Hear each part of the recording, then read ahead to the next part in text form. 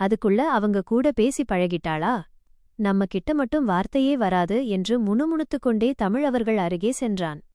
என்ன சித்தப்பா பண்றீங்க என்று அவன் கேட்க, சும்மாதான்பா பேசிக்கிட்டு இருக்கோம். மணி 5 ஆகப் போகுது, நீ தேனுவை வீட்டுக்கு கூட்டிட்டு போ என்றார் கணேசன். அனைவரும் வீட்டிற்கு புறப்பட்டனர். 4 பேரும் வீட்டிற்குள் நுழைந்தபோது சாரதா அங்கே அமர்ந்திருந்தார். தேனு பயத்தில் தமிழின் பின்னாடியே ஒட்டிக் கொண்டு சென்றாள். அவர்களைத் தொடர்ந்து பாண்டியனும் கணேசனும் வந்தனர். தமிழை பார்த்ததும் சாரதா, அம்மா, என் வீட்டுக்காரர் ஒரு வேலை விஷயமா கேரளா வரைக்கும் போயிருக்காரு. அவரு வர்ற வரைக்கும் நானும் என் மகளும் இங்க இருக்கட்டுமா என்று கேட்டார். இது என்னடி கேள்வி? புதுசா இருக்கட்டுமான்னு கேக்குற? இதுவும் உன் வீடுதானே என்றார் பாட்டி. ஹூம், என் வீடு. நீயும் நானும் சொல்லிக்கிட்டாதான் உண்டு. இந்த வீட்டுல யாரோ யாரோ வராங்க, இருக்குறாங்க. அப்புறம் எப்படி இது என் வீடாகும்? இங்க தங்கறதுக்கு அனுமதி வாங்கணும்ல, உங்க மகன் பேரன்கிட்டையெல்லாம் என்று குத்தலாக பேசினார் சாரதா. என்ன சாரதா, என்னென்னமோ பேசுற என்று பாண்டியன் கேட்க, அண்ணா, இந்த வீட்ல உங்ககிட்டயும் அப்பாகிட்டையும் பேச மட்டும்தான் எனக்கு உரிமை இருக்கு. என் பொண்ணை நம்ப வச்சு ஏமாத்தின யார்கிட்டையும் நான் பேச விரும்பல என்று முகத்தில் அடித்தாற்போல சொல்லிவிட்டு தனது அறைக்குள் சென்று கதவை சாத்திக் கொண்டார் சாரதா. விடுங்கண்ணா, அவ ஏதோ கோபத்துல பேசுறா என்று கணேசனும் ஆறுமுகமும் பாண்டியனை சமாதானப்படுத்தினர். தமிழும் தேனுவும் மேலே சென்றனர். பூபதிக்கு கேரளாவில் அப்படி என்ன வேலை என்று யோசித்துக் கொண்டே நடந்தான் தமிழ். வேலைக்காரன் ராமு காலையில் தேனுவிற்காக வாங்கிய பொருட்களை காரிலிருந்து எடுத்து வந்தான். என்ன ராமு, இவ்வளவு எடுத்துட்டு போற என்று பாட்டி கேட்க, தமிழ் தம்பி காரிலிருந்து எடுத்து வரச் சொன்னுச்சுமா என்று கூறிவிட்டுச் சென்றான். நான் அனுபவிக்க வேண்டியதெல்லாம் எவ்வளோ ஒருத்தி அனுபவிக்கிறாளே என்று பொறாமையுடன் பார்த்தாள் வேதவல்லி. அறையில் பீரோவை திறந்து காட்டிய தமிழ், உன்னோட பொருள் எல்லாம் இதுல வச்சுக்கோ என்றான். தேனு பொருட்களை அடுக்கத் தொடங்கினாள். ஆமா, தோட்டத்துல அவங்க எல்லாரும் கூட பேசிச் சிரிச்சுக்கிட்டு இருந்தியே, என்ன பேசினாங்க என்று கேட்டான். அவள் தன்னை பற்றி கேட்டதாகச் சொன்னாள். சரி சரி, கீழே போயிட்டு நம்ம 2 பேருக்கும் டீ போட்டு எடுத்துட்டு வா என்றான் தமிழ். என்ன நானா என்று தேனு திகைக்க, ஆமா, உனக்கு டீ போட தெரியுமா தெரியாதா என்று கேட்டான். தெரியும், ஆனா கீழே அவங்க எல்லாம் இருக்காங்களே என்று தயங்கினாள். அதுக்காக ரூமுக்குள்ளேயே இருக்க முடியுமா? அவங்களை நீ எதிர்கொள்ளணும். சாரதா அத்தை ரொம்ப நல்லவங்க, உன்னை அவ்வளவு ஒன்னும் காயப்படுத்த மாட்டாங்க. வேதா, நான் இல்லாதப்போ உன்கிட்ட ஏதாவது சொன்னா என்கிட்ட சொல்லு.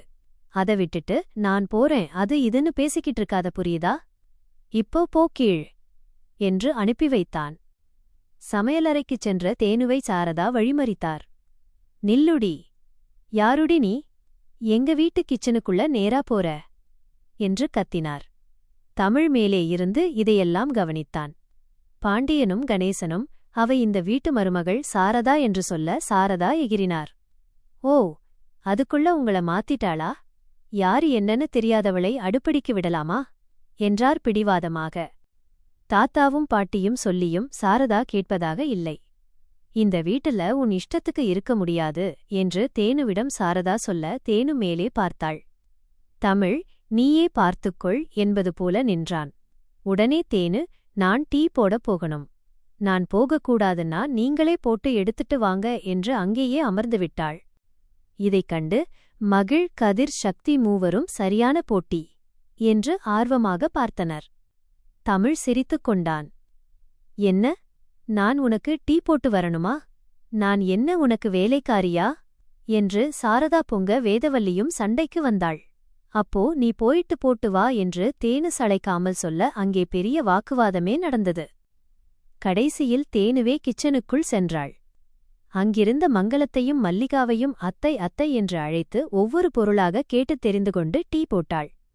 மங்களமே நேராகச் சென்று அவளுக்கு தேவையானதை சொல்லிக் கொடுத்தார். டீ போட்டு எடுத்துக்கொண்டு தேனு நேராக மாடிக்குச் சென்றாள். இந்த வீட்டுல என்னதான் நடக்குதோ என்று சாரதா புலம்பினார்.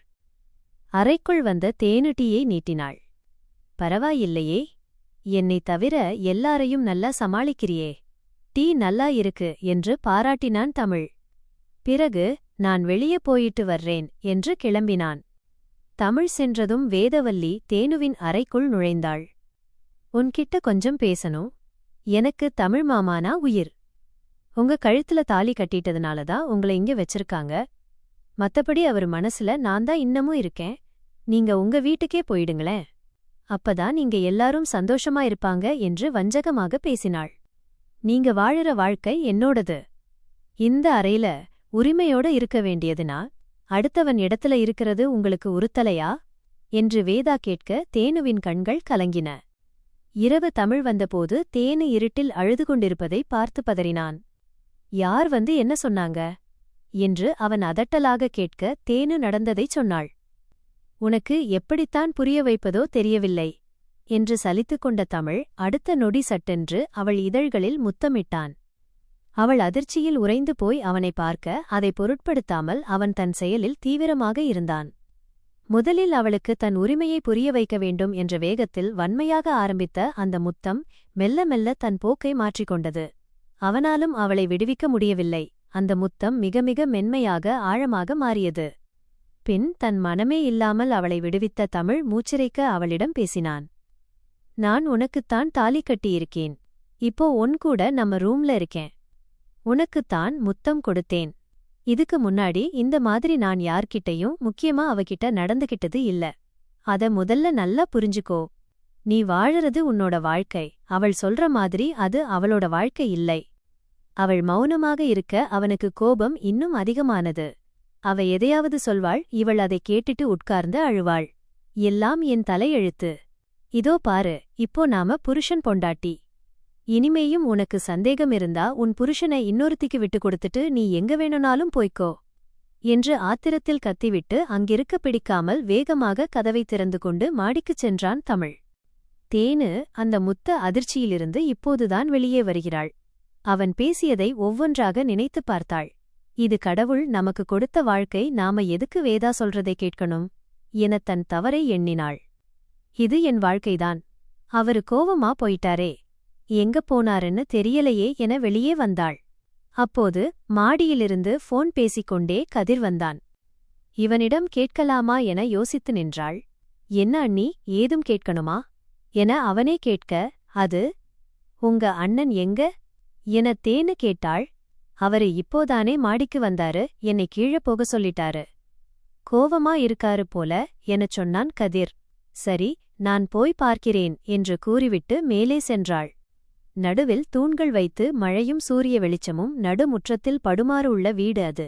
மாடியில் தண்ணீர் தொட்டிக்குச் செல்ல 4 படிகள் அமைக்கப்பட்டிருந்தது. அதில் அமர்ந்திருந்தான் தமிழ். தேனு வந்து அருகில் அமர்ந்தாள். ஆனாலும் மனதுக்குள் ஒருவித பயமும் நடுக்கமும் இருந்தது, சற்று முன் நடந்த நிகழ்வால். இங்க எதுக்கு வந்த என்றான் கோவமாக. நீங்க இருக்கீங்களேன்னு வந்தேன் என்றாள் தேனு. ஓ, இங்கேயும் வந்து அவங்க அப்படி சொன்னாங்க, இவங்க இப்படி சொன்னாங்கன்னு அழுகப் போறியா என்றான். நான் ஒன்னும் அதுக்கு வரல. நீங்க தனியா இருப்பீங்க, துணைக்கு இருக்கலாமேன்னு வந்தேன். அதுக்குன்னு ஓவரா பேசாதீங்க என கூறிவிட்டு எழுந்து நடக்க ஆரம்பித்தாள். இவ்வளவு பேசுறியா நீ என அவனும் எழுந்து அவளுடன் நடக்க ஆரம்பித்தான். முழு நிலவு அழகாக வானில் இருந்தது. ஆனால் தமிழ் தன் பக்கத்தில் இருந்த நிலவை, தேனுவைதான் ரசித்துக் கொண்டு இருந்தான். பகலில் அடிக்கும் வெயிலுக்கு இரவில் காற்று இதமாக வந்தது. அவளை தோளோடு அணைக்க அவன் கைகள் பரபரத்தன. மெதுவாக பேச ஆரம்பித்தான் தமிழ். நாளைக்கு என் சட்டைய நல்லா அயன் பண்ணி கொடுத்துடு என்றான். அவள் புரியாமல் பார்க்க, ஆமா, இனிமே சட்டையை இந்த மாதிரி கசக்குனா நீதான் தினமும் அயன் பண்ணி கொடுக்கணும் எனத் தன் காலரை காட்டினான். சற்று முன் நடந்த முத்தத்தில் அவள் அவன் சட்டையை பிடித்து கசக்கியது நினைவுக்கு வர சட்டென அவள் முகம் வெட்கத்தில் சிவந்தது. அவனை நிமிர்ந்து பார்க்க முடியவில்லை. அவளின் சிவந்த கன்னத்தை கிள்ளி கொஞ்ச தோன்றியது அவனுக்கு. அப்போ நாளைக்கும் என அவன் பேச ஆரம்பிக்கும்போது, அண்ணி எனச் சத்தம் கேட்டது. திரும்பிப் பார்த்தார்கள் இருவரும். மகிழ், கதிர், சக்தி மூவரும் நின்றனர். ஏதாவது பேசும்போது குறுக்க வந்துட்டோமா எனக் கேட்டுக்கொண்டே அருகில் வந்தனர். இல்ல இல்ல என்றாள் தேனு. தேனை பிடித்து இழுத்துக்கொண்டு போய் அவளைச் சுற்றி உட்கார்ந்து கொண்டனர் 3 பேர். தமிழ் மட்டும் தனியே நின்றான். சொல்லுங்க அண்ணி, உங்களைப் பத்தி என கேள்வி மேல் கேள்வி கேட்டனர். அவளும் அவளைப் பற்றி அனைத்தும் சொன்னாள். அவள் யூனிவர்சிட்டியிலேயே முதலிடம் பிடித்து எம்காம் கோல்டு மெடல் வாங்கியதையும் கூறினாள். மகிழும் பிகாம் தான் படிக்கிறாள். அவளுக்கு சந்தோஷம் தாங்கவில்லை. இனிமே எந்தச் சந்தேகம்னாலும் உங்ககிட்டதான் கேட்பேன் அண்ணி என்றாள். ஆமா ஆமா அண்ணி, இவ 45 அரியர் வச்சிருக்கா, இவளை எப்படியாவது பாஸ் பண்ண வைங்க என்றனர் கதிர் மற்றும் சக்தி. 4 பேரும் ஏதோ கதை பேசிக்கொண்டு இருந்தனர். தமிழுக்கு மகிழ்ச்சியாக இருந்தது. வேதவல்லியுடன் ஒருநாளும் இவர்கள் இப்படி பேசியது இல்லை. வேதா இவர்களிடம் ஒருவித அதிகாரத்துடன் தான் பேசுவாள். சிறிது நேரம் ஆனதும் இவர்களை தேடி மல்லிகா வந்தார்.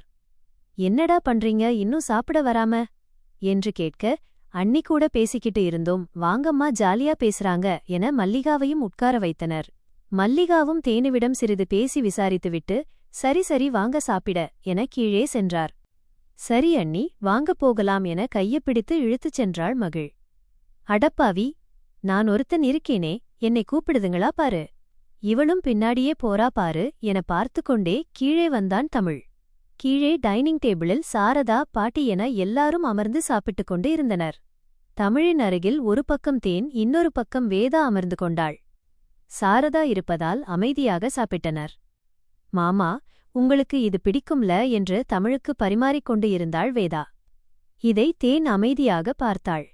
தமிழுக்கு கோபம் வந்தாலும் அமைதியாக இருந்தான். ஆனால் மங்களம் விடவில்லை. அம்மாடி வேதா, தமிழுக்கு பார்த்து பார்த்து பரிமாற அவன் பொண்டாட்டி வந்துட்டா. இனிமே அவ பார்த்துக்குவா, நீ உன் தட்டை மட்டும் பார்த்து சாப்பிடு என நாசுக்காக கூறினார். என்ன அண்ணி இப்படி வெடுக்குன்னு சொல்றீங்க? அவ அப்படி என்ன பண்ணிட்டா, சாப்பாடுதானே போட்டா எனச் சாரதா கேட்க மங்களம் அமைதியானார். தமிழ் தேனுவை பார்த்து, நீ ஏன் சாப்பிடாம இருக்க, சாப்பிடு என அவளுக்கு அப்பளத்தை எடுத்து வைத்தான். அவளுக்கு அருகில் தண்ணீர் ஊற்றி வைத்தான். வேதாவால் இதை பார்க்க முடியாமல் எழுந்து சென்று விட்டாள். சாரதாவும் பாதியில் எழுந்து சென்றார். அப்பாடா என இப்போது மங்களம், மல்லிகா இவர்களுடன் சேர்ந்து கதை பேசிக்கொண்டு சாப்பிட்டனர். தேனுவிற்கு அறைக்குள் செல்ல பயமாகவும் தயக்கமாகவும் இருந்தது. தமிழ் இன்று இங்குதான் தங்குவான் போல என்று பதற்றத்துடன் உள்ளே வந்தாள். தமிழ் ஜன்னல் அருகே போனில் பேசிக்கொண்டு இருந்தான். பூபதி மாமா கேரளாவில் என்ன பண்ணுறார், அவரை ஃபாலோ பண்ணி அப்பப்போ எனக்கு அப்டேட் பண்ணு என்று பேசிக்கொண்டு இருந்தான். திரும்பித் தேனை பார்த்தான். நீ ஏன் இவ்வளவு பதற்றமா இருக்க? ரிலாக்ஸா இரு, நான் இந்த பக்கம் ஓரமா படுத்துக்கிறேன், நீ அங்க படுத்துக்கோ என்றான். அவள் தலையணையை எடுத்து நடுவில் வைத்து வேகமாக போர்வையை போர்த்தி படுத்துக்கொண்டாள். ஓ, எவ்வளவு நாளைக்குன்னு பார்க்கிறேன் எனக் கூறிவிட்டு தூங்கினான் தமிழ். மறுநாள் காலை தமிழ் சீக்கிரமாக அலுவலகத்திற்குச் சென்றுவிட்டான். தேனு எழுந்து கீழே சென்றாள். கிச்சனில் அவளை பார்த்ததும் காஃபி ஊற்றிக் கொடுத்தார் மல்லிகா. அதை குடித்துக்கொண்டே கிச்சன் வழியாக பின்பக்கம் சென்றாள். அங்கே மாட்டுத் தொழுவத்தில் 3 கறவை மாடுகளும் 2 கன்றுக்குட்டிகளும் இருந்தன. அந்த மாடுகளை தடவிக் கொடுத்தாள். அப்போது ராமுவின் மனைவி கண்ணம்மா வந்தார். அவரும் தேனுவிடம் வேதாவிற்கு தெரியாமல் பேச்சு கொடுத்தார். சிறிது நேரத்தில் தமிழ் வந்தான். அன்று ஞாயிற்றுக்கிழமை என்பதால் இட்லி மீன்குழம்பு செய்திருந்தார்கள். தேனுவின் வீட்டில் இட்லிக்கு மீன்குழம்பு வைக்கும் பழக்கமில்லை. புதுவிதமாக இருந்தாலும் விரும்பிச் சாப்பிட்டாள். இவளை ஏதாவது செய்யணும் என நினைத்த வேதவல்லி, மாமா இன்னும் கொஞ்சம் குழம்பு போட்டுக்கோங்க என தமிழுக்கு மீண்டும் பரிமாறினாள். தேனு அதையெல்லாம் கண்டுகொள்ளாமல் சாப்பாட்டில் மூழ்கிவிட்டாள். எல்லாரும் தேனுவை பார்க்க அவளோ தட்டை தவிர வேறு எங்கும் பார்க்காமல் சாப்பிட்டாள். தமிழ் மானசீகமாக தலையில் அடித்துக் கொண்டான். சாப்பிட்டு முடித்துவிட்டு தேனுவை அறைக்கு அழைத்துச் சென்றான் தமிழ். கைகளை கட்டிக்கொண்டு அவளை பார்த்து கொண்டு நின்றான். இவரு ஏன் இப்படி பார்க்கிறாரு என தேனு குழம்பினாள். சாப்பிட்டியா என்றான் தமிழ். உங்க முன்னாடிதானே சாப்பிட்டேன் என்றாள். நல்லா இருந்துச்சா என கேட்க அவளோ அந்த இட்லி மீன்குழம்பு காம்பினேஷனை பற்றி பேசிக்கொண்டே போனாள். தமிழ் நொந்து போய் அமர்ந்துவிட்டான். என்னங்காச்சு என அவள் கேட்க, ஏய், கீழ வேதவல்லி எனக்கு பரிமாறிக்கிட்டு இருக்கா, நீ அதையெல்லாம் கவனிக்காம நீ பாட்டுக்கு சாப்பிட்டுக்கிட்டு இருக்க. உனக்கு புரியுதா இல்லையா? இனிமே நீதான் எனக்கு சாப்பாடு எல்லாம் போடணும், சரியா என்றான். நானா? சரிங்க என்றாள். சரி, எனக்கு வெளிய வேலை இருக்கு, நான் கிளம்புறேன். உனக்கு எதும் அவசரமா இருந்தா உடனே கால் பண்ணு. உன்கிட்ட ஃபோன் இருக்கா என ஃபோன் ஒன்றை கொடுத்தான். பத்திரமா இரு, ரூமிலேயே இருக்காத, கீழ போய் பேசு, சரியா என்று கிளம்பும்போது நேற்று கொடுத்த முத்தம் நினைவில் வர அவள் இதழ்களை பார்த்தான். அவன் பார்வையை எதிர்கொள்ள முடியாமல் வெட்கத்தில் திரும்பிக் கொண்டாள் தேனு. அவளின் வெட்கம் அவனுக்குள் ஏதோ செய்ய மெதுவாக அவள் தோளில் கை வைத்து திருப்பினான். தன் மனைவிதானே என்ற உரிமையில் அவளின் சிவந்த கன்னங்களை அவன் 2 கைகளிலும் தாங்கி பிடித்தான். தமிழை பார்க்க பார்க்க அவளுக்கு முகம் சிவக்கத்தான் செய்தது.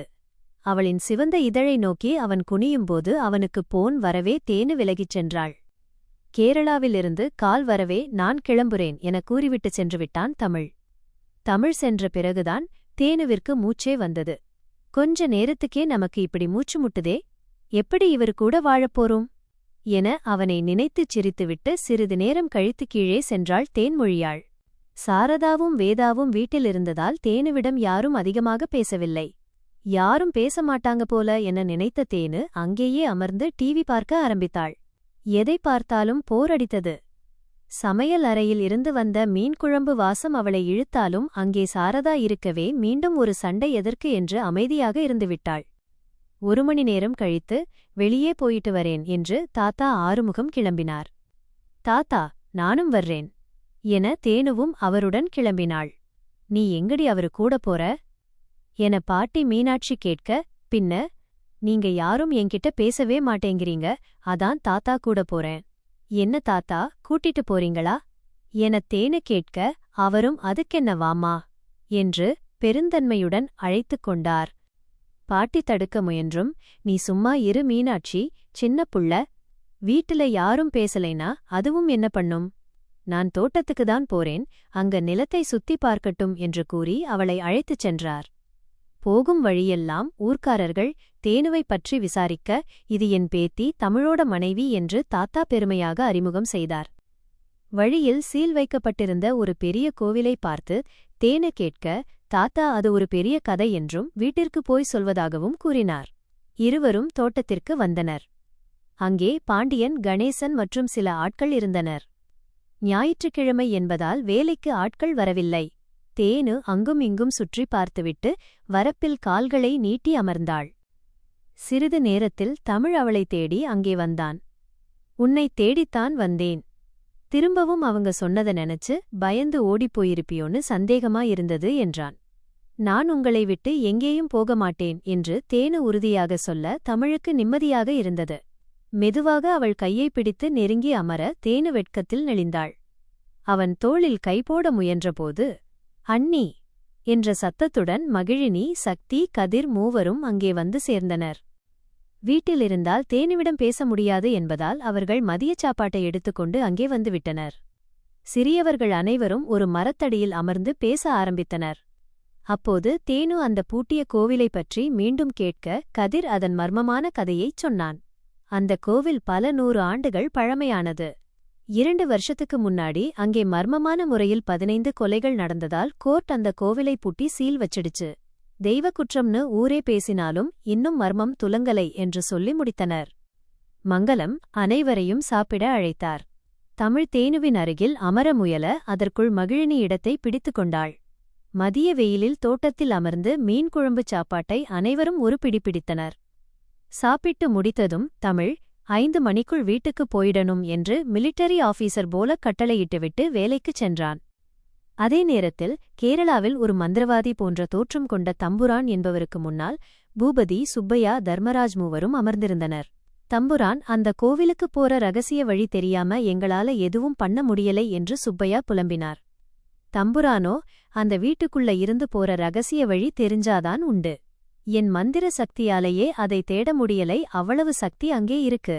சீக்கிரம் அதை கண்டுபிடிக்கலைனா நமக்கு கிடைக்காமலே போயிடும் என்று எச்சரித்தார். குழப்பத்துடன் அவர்கள் ஊருக்கு திரும்பினர். மாலை நேரத்தில் தமிழ் தேனுவிற்கு போன் செய்தான். தேனு போனில் பேசிக்கொண்டே மாடிக்குச் சென்றாள். அங்கே வேதவல்லி நின்று கொண்டிருந்தாள். அவளை பார்த்ததும் தேனு போனை கீழே இறக்கினாள். ஆனால் கட் செய்யவில்லை.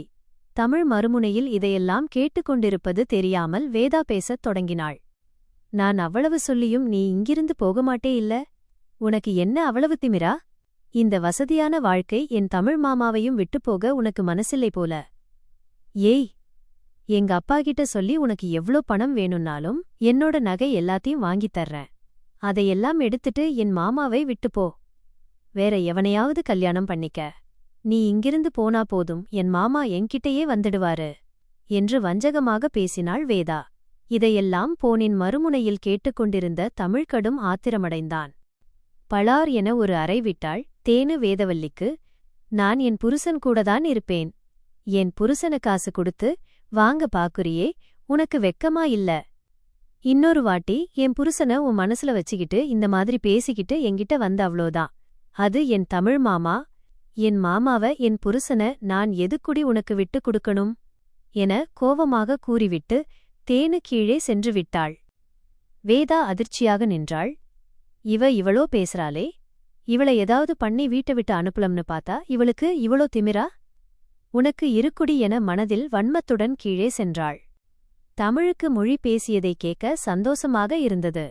மொழி என் தமிழ் மாமா என கூறியது தேனாக இனித்தது அவனுக்கு. இதோ உடனே கிளம்பிவிட்டான் அவளைக் காண வீட்டிற்கு. அறைக்கு வந்த தேனு போனை கட்டிலில் தூக்கி வீசிவிட்டு வேதா பேசியதைப் பற்றியே நினைத்துக் கொண்டு இருந்தாள். சே, இந்த குடும்பத்துல இப்படி ஒரு பொண்ணா? அன்னைக்கே அவரு சொன்னாரு, நான் அமைதியா போறதுனாலதான் இவ இந்த மாதிரி பண்றான்னு. இனிமே இந்த மாதிரி இருக்கக்கூடாது என நினைத்துக்கொண்டு கீழே சென்றாள். கீழே நடுமுற்றத்தில் அமர்ந்து தாத்தா பாட்டி செய்தி பார்த்து கொண்டு இருந்தார்கள். மற்றவர்கள் அவரவர் வேலையில் இருந்தார்கள். சமையல் அறைக்கு சென்றாள் தேனு. அங்கு சாரதாவும் நின்றார். நானும் சமைக்கட்டுமா அத்தை என கேட்டுக்கொண்டே மங்களம் அருகில் சென்றாள். அதெல்லாம் நாங்க முடிச்சிட்டோமா என்றார் அவர். சரி, என்ன சமையல் என ஒவ்வொன்றையும் திறந்து பார்த்து கொண்டு இருந்தாள் தேனு. சாரதாவிற்கு கோபம் வந்தது. என் மக இருக்க வேண்டிய இடத்துக்கு இவ வந்து ஆட்டம் போடுறா என கோவத்தில், நீ எதுக்குடி இங்க வந்த? சமையல் கட்டுக்குள்ள வந்து எல்லாரையும் கைகுள்ள போட பாக்குறியா என கேட்டார். என்ன சாரதா பேச்சு இது? இதெல்லாம் சரியில்ல என்றனர் மங்களம் மல்லிகா. ஆமா, என் புகுந்த வீட்டு ஆளுங்களதானே நான் கைகுள்ள போட பாக்கறேன். அதுல என்ன பெரியம்மா தப்பு?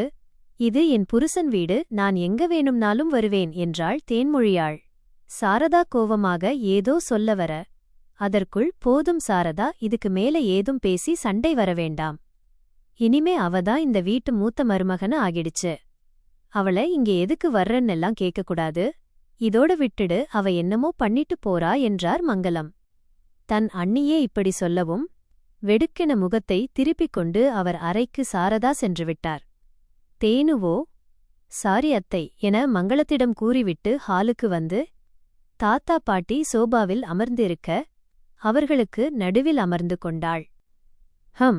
இந்த புடவையெல்லாம் கட்டுற பழக்கம் இல்லையா? இல்ல, தெரியாதா என கேட்டார் பாட்டி தேனு சுடிதார் அணிந்து இருப்பதை பார்த்து. இதுதான் பாட்டி வசதியா இருக்கு. புடவையெல்லாம் கசகசன்னு இருக்கும். எனக்கும் அடிக்கடி கட்டி பழக்கம் இல்ல.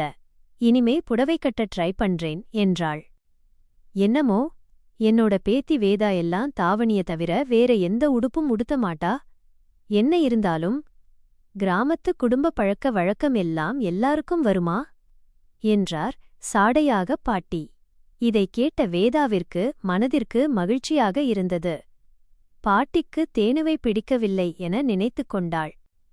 தேனு வேதா முகத்தை பார்த்து, பின் என்ன தாத்தா எப்போ பார்த்தாலும் செய்திதானா என ரிமோட்டை வாங்கி காமெடி புரோகிராம் ஒன்றை போட்டாள். அதை பார்த்து அவளும் தாத்தாவும் சிரித்துக்கொண்டு இருந்தார்கள். பாட்டியும் அப்படியே டிவியில் மூழ்கிப் போனார்.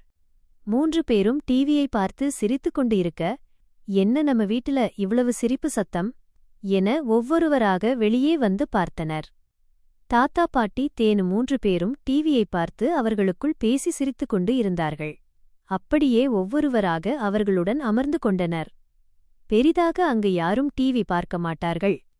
பெரியவர்கள் செய்தி மட்டும் பார்க்க, சிறியவர்கள் அவர்களின் போனிலேயே எல்லாம் பார்த்துக் கொள்வார்கள். பகலில் மங்களம் மல்லிகா வேலை பார்க்கும், கண்ணம்மா மட்டும் 2-3 சீரியல் மட்டும் பார்த்துக் கொள்வார்கள். அவ்வளவுதான் நேரமும் இருக்கும். பாண்டியனும் கணேசனும் கூட அவர்களுடன் அமர்ந்து கொள்ள, தாத்தா பாட்டிதான் குடும்பம் இப்படி ஒற்றுமையாக அமர்ந்து பேசி சிரித்துக்கொண்டு இருப்பதை மன நிறைவாக பார்த்தனர். வேதா இதையெல்லாம் கோவமாக பார்த்துக்கொண்டு, அப்பா வரட்டும் இருக்கு இவங்க எல்லாருக்கும் என நினைத்துக்கொண்டு இருந்தாள். சிறிது நேரத்தில் தமிழ் வந்தான். தன் மொத்த குடும்பமும் நடுஹாலில் அமர்ந்து டிவி பார்த்து சிரித்துக்கொண்டு இருந்தது. அவன் ஆச்சரியமாக பார்த்தான். தேனு அவர்கள் நடுவில் அமர்ந்து இருந்தாள். கண்டிப்பா இதுக்கெல்லாம் இவதான் காரணமா இருப்பா. இதுக்கு முன்னாடி எல்லாம் இப்படி இருந்ததே இல்லையே என நினைத்தான். வேதா அங்கு டைனிங் டேபிளில் கோவமாக அமர்ந்து இருந்தாள். அவளைப் பார்த்து தமிழ் முறைத்தான். தமிழைப் பார்த்ததும் வாப்பா என மங்களம் அழைத்தார். தேனு தமிழைக் கூட கண்டுகொள்ளவில்லை. டீ போட்டு குடுத்து அனுப்புங்கம்மா என கூறிவிட்டு மேலே சென்றான் தமிழ். நான் வரேன், கொஞ்சமாச்சும் திரும்பி பார்த்தாளா பாரு. வரட்டும் இருக்கு அவளுக்கு என குளியல் அறைக்குள் சென்றான் தமிழ். மங்களம் டீ போட்டு தேனுவிடம் குடுத்து அனுப்பினார். தேனு மெதுவாக அறைக்குள் நுழைந்தாள். அவன் அப்போதுதான் குளித்துவிட்டு வெளியே வந்தான். இந்தாங்க என டீயை நீட்டினாள். அதை வாங்கி டேபிளில் வைத்துவிட்டு திரும்பினான். அவள் கீழே ஓடிவிட்டாள். அடிப்பாவி, அதுக்குள்ள ஓடிட்டா. ஒரு பேச்சுக்கு கீழே போயிட்டு எல்லாரும் கூடவும் பேசுன்னு சொன்னா, என்னை கூட கண்டுக்காம போறாளே என நினைத்தான். கீழே வந்த தேனு தாத்தா பாட்டி அருகில் அமர்ந்து கொண்டாள். சாரதா மெதுவாக பேச்சை ஆரம்பித்தார். என்னம்மா, இந்த வீட்ல என்னமோ புதுசா நடக்குது. என் பொண்ணு வாழ்க்கைய கெடுத்தவ நடு வீட்ல சந்தோஷமா உட்கார்ந்து இருக்கா. நீங்களும் அவ கூட சேர்ந்துட்டீங்களா என்றார். உடனே வேதா சத்தமாக அழுக ஆரம்பித்தாள். எல்லாரும் சிரிப்பும் சந்தோஷமும் ஒரு நொடியில் நின்றது. அதுக்கு இப்போ என்ன பண்ணட்டும் அத்தை?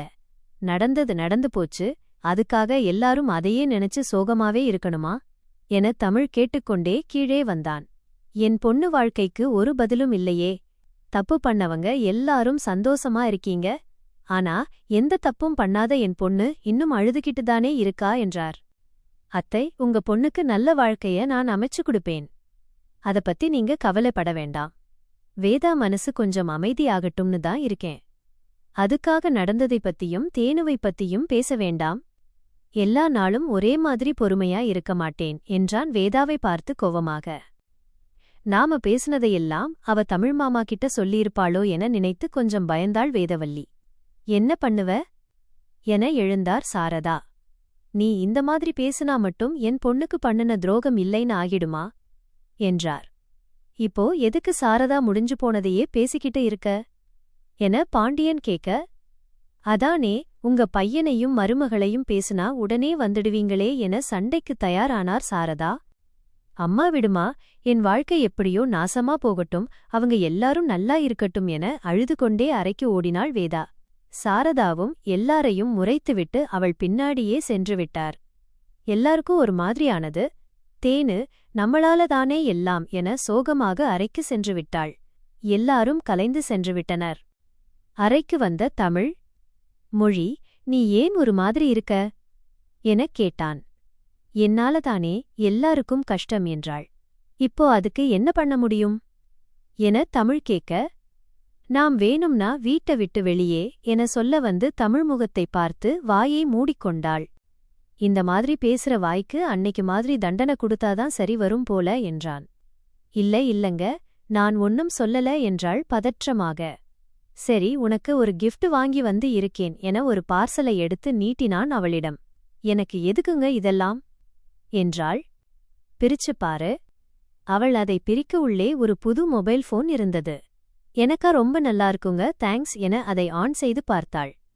இத வச்சுக்கோ. சும்மா வச்சுக்கிட்டா மட்டும் பத்தாது, அடிக்கடி எனக்கு கால் பண்ணி பேசணும் சரியா என்றான். நான் என்னங்க பேச இருக்கு? ஏன் என்கிட்ட பேச ஒண்ணுமே இல்லையா என அவன் கேட்க அவள் அமைதியானாள். சரி, நான் முதல்ல கால் பண்ணும்போது வேதவல்லிக்கிட்ட பேசிக்கிட்டிருந்தியே, என்ன ஆச்சு எனக் கேட்டான். அப்போதுதான் தமிழ் லைனில் இருந்தது நினைவுக்கு வந்தது மொழிக்கு. ஆச்சு, அதை கேட்டுட்டீங்களா? ஆமா, அவகிட்ட சொன்னத என்கிட்ட சொல்லு என கேட்டான். என்ன சொல்லணும்? தமிழ் மாமான்னு சொல்லு என்றான். அதெல்லாம் சொல்ல மாட்டேன். அவகிட்ட மட்டும் சொல்லுற, என்கிட்டயும் சொல்லு என அவன் கேட்க, அது அவ பேசினது தப்பு, அதான் கோவம் வந்து அப்படி பேசினேன் என்றாள். அப்போ உன் மனசுல இருந்து என்னை மாமான்னு சொல்லல என தமிழ் முகம் வாட, இல்லங்க, நான் உங்களை என் மாமான்னு ஆசையாதான் சொன்னேன் என அவன் கையை பிடித்து தோளில் சாய்ந்து கொண்டாள். அவளை மெதுவாக திருப்பி நெஞ்சில் சாய்த்து அணைத்துக் கொண்டான். சொல்லு மொழி என அவன் அவள் காது அருகே உரசிக்கொண்டு கேட்க, அவளோ கூச்சத்தில் அவளின் முகத்தை அவன் நெஞ்சில் தேய்த்துக்கொண்டு, மாமா கூசுது என்றாள். அவனோ சுகமாக அவளை இறுக்கமாக அணைத்தான். மொழி, சாரதா அத்தை பேசுறதெல்லாம் நீ மனசுல வச்சுக்காத. அவங்க கோவமா இருக்காங்க. நான் அவங்க பொண்ணுக்கு பண்ணுனது அப்படிதானே. அவ வாழ்க்கை சரியாகிற வரைக்கும் அப்படிதான். நீ அவங்க பேசுனது எல்லாம் நினைச்சு வருத்தப்படாத, சரியா? சரிங்க, நான் இனி ஒன்னும் நினைக்கல என்றாள். அவள் முகத்தை நிமிர்த்தி இதழில் முத்தமிட்டான். அவள் அவனை இறுக்கமாக கட்டிப்பிடிக்க அவனின் முத்தத்தை ஆழமாக்கினான்.